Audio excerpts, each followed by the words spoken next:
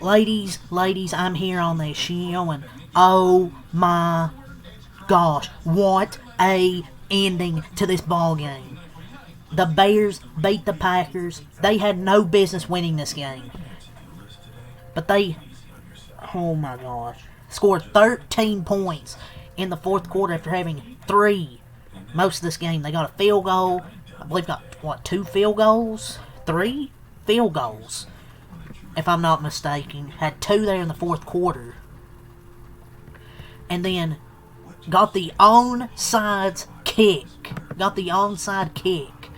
And then Caleb Williams makes an amazing throw, but that was a great catch by Ja'Day Walker, the rookie, out of Texas A&M. And then he makes a nice throw for the win to DJ Moore.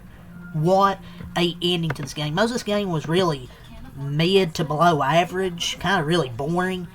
But that fourth quarter and overtime made up for it. Just intense drama between 2 division rivals. I know the Packers' defense is injured, but I feel like they tried their best, but just things didn't go their way. In the in that fourth quarter and overtime, just didn't go their way. I don't know how to explain it. DJ Moore coming down with that. What a tilt in Chicago. Crazy win for the Bears. Just lost for words. Caleb Williams. Most of this game, their offense wasn't great, but they come through when it mattered. They clutched up, and the special teams getting that onside kick was huge. And the Caleb Williams has finally avenged. He avenged that Packers loss, and the first time they played where he threw that interception to end it, throws a clutch touchdown to tie, and then one for the win after the Packers fucked up on their possession, 4th and 1. They fumbled the ball, couldn't, and then they picked it up, but they short of a first down. What a walk-off win. And the Packers just melted down. Caleb Williams made some fantastic plays at the end of that fourth quarter and in overtime. Just a meltdown by the the Packers. Like, that just is what it is. And the Packers have played good defense. They've played good defensively this whole game, and then it just absolutely fell apart. Just insane plays there by the Bears. Caleb Williams, 19 of 34, 250, 2 touchdowns, no interceptions. I believe he had both of his touchdowns came in the fourth quarter and overtime. And DJ Moore just absolutely cooked. I believe it was Nixon on that last play. I believe it was Keyshawn Nixon. Just another Packers collapse. They choke when it matters most once again. Keyshawn Nixon is complete burnt toast. Shocker it happened to Nixon. He can't cover, period. That dude is brutal out there in the secondary. Like, their secondary is pretty terrible. Like, what exactly were their safeties doing on that last play? Why do they even have a safety in the field if they even do? It's just a meltdown. But it's kind of a meltdown. It's just your best hands guy not being able to pick up the ball on an onside kick. But Keyshawn Nixon's such a liability. But DJ Moore, they didn't have Romeo Dunze or Luther Burden for this game, so he had to step up and have a huge game, which he did. He had 97 yards, including the game-winning touchdown reception in this one. And there were some injuries like John Fitzpatrick, Romeo Dobbs, more injuries for the Packers. And Keyshawn Nixon, it was Keyshawn Nixon again. I believe it was Keyshawn Nixon again in the fourth quarter. That touchdown to Ja'Day Walker, I believe it was also him that got cooked. So I don't even know what he's doing. But you give up 10 points in, a minute? It was the the Bears kick the field goal, they get the onside kick, and then they give up the touchdown, easy touchdown. So Nixon that was just bad by him. But Caleb Williams, man, you gotta give him his credit. Like, he was phenomenal down the stretch when they needed him to be. He makes insane throws that probably most quarterbacks probably can't. He probably makes throws that most quarterbacks can't. And the announcer's going crazy. Kevin Burkhardt's so damn good in the booth, man. So damn good. But Caleb was fantastic down the stretch when they needed him to be. It kind of reminded me, you know, the Bears played better in the second half in the first game between these two teams, and I was thinking, could it happen in the second half again? I really didn't think it was going to. But they just come alive in the fourth quarter. At the end of that fourth quarter, everything went their way, and then in overtime, where the Packers can't even pick up a yard, 3rd and 1, 4th and 1, can't pick up a damn yard. Can't even pick up a damn yard. So, credit to the Bears defense for keeping them in it. The Packers, they were able to drive down the field nice, just they weren't able to score at times. But DeAndre Swift, 13 runs, 58 yards, 4.5 a carry.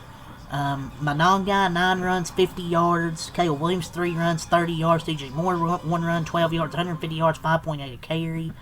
DJ Moore, 5 catches, 97 yards, and a touchdown. Kyle Mononga, 3 catches, 43 yards. Zacchaeus, 2 catches, 33 yards. Colston Loveland, 3 catches, 30 yards. Shadee Walker, 2 catches, 21 yards. And a touchdown for the rookie out of Texas A&M, Swift, 2 runs, 2 catches, 12 yards. And Cole Kmet, 2 catches, 14 yards. They had 1 fumble, and they recovered 2 of them. Defensively, they had 2 sacks, 1 TFL. Cairo Santos, 3 for 3 on field goals. Credit to him as well. In the wind, that's tough, and he went 3 for 3.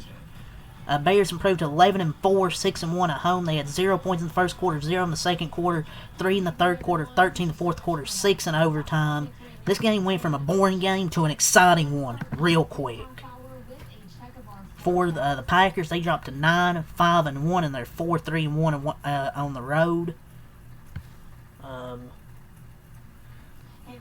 Jordan Love went out with an injury, I believe. I don't know what it was, but he went out with an injury.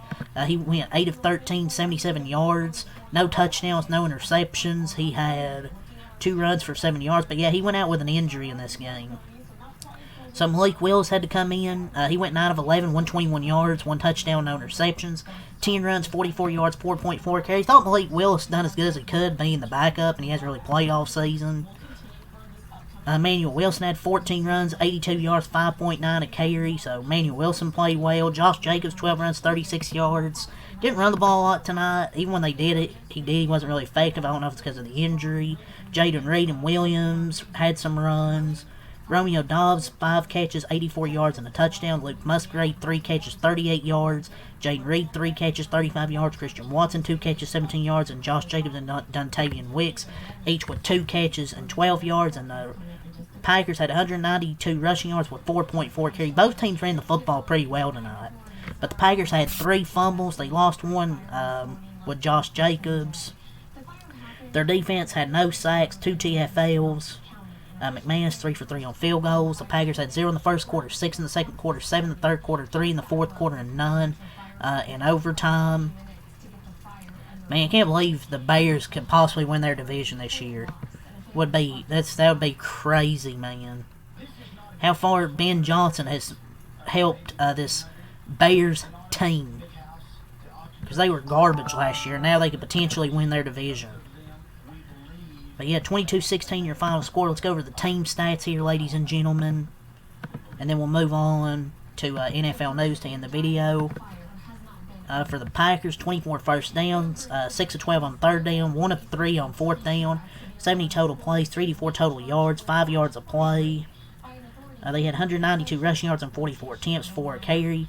But they were 0 for 5 in the red zone. That's the thing. 0 for 5 in the red zone was key. 4 penalties for 40 yards, 1 turnover with the fumble, 38 minutes of time of possession for the Bears.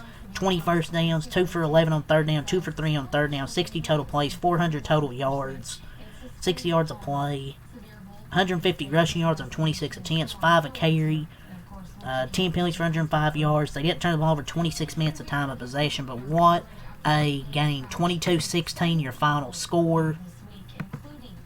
in this one. So yeah, that's really all I'll say for this game, man. What a ending with Caleb Williams throwing that game-tying touchdown and then the game winner. What an exciting end to this football Saturday for NFL at least. But yeah, let's move on to NFL news to end it off. So, some injury updates here from Adam Schefter. Cardinals receiver Marvin Harrison, who's missed the past 2 games due to a heel injury and is listed as questionable for Sunday, is expected to play, but the team plans to ease him back in per source. Texans running back Nick Chubb, also listed as questionable for Sunday due to a rib injury. He's expected to play versus the Texans. Falcons receiver Drake London listed as questionable for Sunday due to a knee injury that has sidelined him since Week 12. Is expected to play versus the Cardinals per source. Christian Kirk listed as questionable for Sunday due to an illness, is expected to play per source.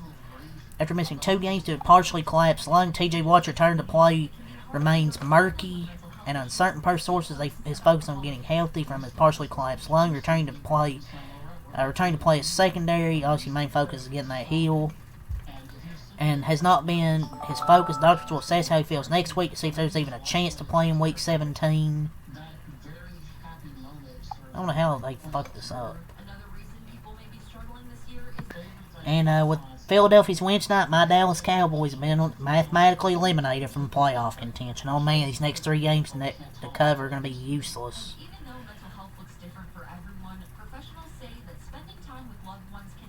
Keep scrolling through here, find more news. The Minnesota Vikings charter plane experienced mechanical issues shortly after takeoff starting and returned to Minneapolis St. Paul International Airport. The Dolphins apparently offered 4 first-round picks to the Bengals for Joe Burrow before the draft in 2020, so that's kind of interesting right there. Ricky Pearsall's been ruled out for Monday night's game in Indianapolis. The Rams have fired special teams coordinator Chase Blackburn. The Rams assistant special teams coach Ben Kotwika now will take over and become the lead special teams coach. Man, how rare is this that Sean McVay fires someone? Buccaneers are elevating 36-year-old linebacker Jason Pierre-Paul for Sunday's game at Carolina against the Panthers per source. Will mark his first game in over 2 years. Lions placed Kirby Joseph on injured reserve. The Cowboys have activated Trayvon Diggs from injured reserve and placed corner Deron Bland on injured reserve due to his foot injury. A soul for a soul. Colts head coach Shane Steichen told reports that DeForest Buckner will return from the neck injury at sideline and will play Monday night against his former team. 49ers, they've ruled out Sauce Gardner. The Chiefs have placed Leo Chenal and Juwan Taylor in season-ending injured reserve. Steelers downgraded Nick Herbig to out for Sunday's game in Detroit. The Bills signed Matthew Judon to their practice squad and released defensive end Morgan Fox. Patriots linebacker Robert Spillane, who leads the team with 97 tackles, has been ruled out for Sunday night's game against Baltimore because of a left ankle injury. Jets quarterback Tyrod Taylor is questionable with groin and knee injuries. Is expected to be the backup QB to Brady Cook on Sunday. Source said Justin Fields' knee is not quite ready. T. Higgins, Bengals receiver, is working to return from a concussion. Is listed as questionable. He was a full participant on Friday. He's likely to play. Kyle Hamilton, who popped up on the injury report this week with an ankle, is more likely to play than not, source said, but he'll work out pregame and his status is not yet settled. Yeah, but that's all I have to say for the NFL game and the NFL injury update. So, yeah, leave a like, comment, subscribe for more. Until next time, Peace. Leave your thoughts in the comments below. What a game tonight.